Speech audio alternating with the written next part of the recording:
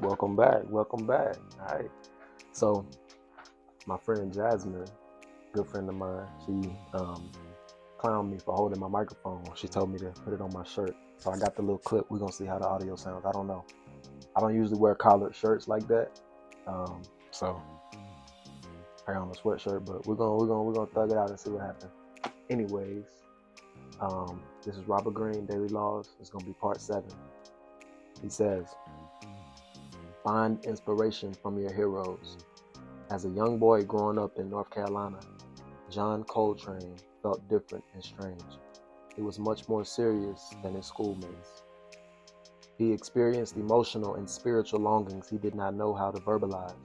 He drifted into music more as a hobby, taking up the saxophone and playing in his high school band. And a few years later, he saw the great jazz saxophonist Charlie Bird Parker perform live. And the sounds Parker produced touched Coltrane to the core. Something primal and personal came through Parker's saxophone, a voice from deep within. Coltrane suddenly saw the means for expressing his uniqueness and giving a voice to his own spiritual longings.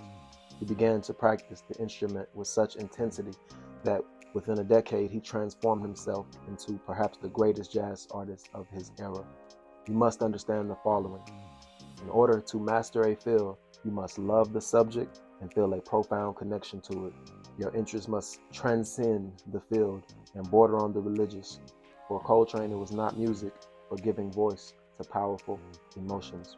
Daily Law. Are there people whose work affects you in a powerful way? Analyze this and use them as models. I completely agree. Find inspiration from your heroes.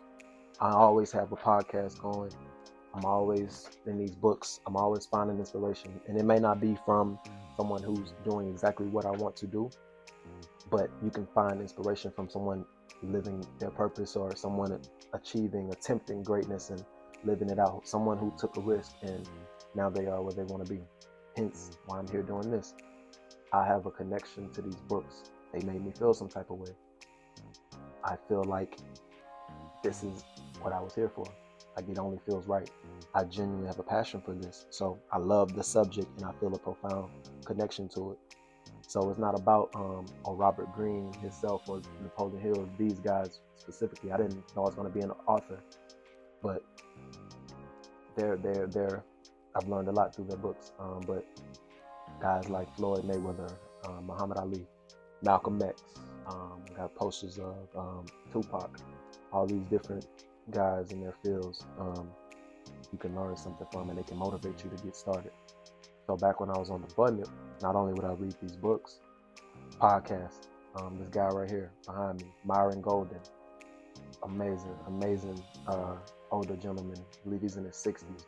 He's a multi-millionaire. And I read in Think and Grow Rich by Napoleon Hill, as well as a bunch of podcasts I listen to, that when you first wake up in the morning, and right before you go to bed, your subconscious mind is wide open. So you don't have to even necessarily, because you still have half asleep, half awake. So you don't necessarily have to listen to these things because you're not fully there yet, but your mind is recording it. So if you just have them playing in the background, your brain is still recording it. And I find it to be true. So I think it's wise to always have some type of wisdom going on in the back of your mind, in the background, opposed to just, entertainment all the time. It's good to have entertainment, of course, but every day, like I said, 1% better. But Daily Law, part 7. Find inspiration from your heroes.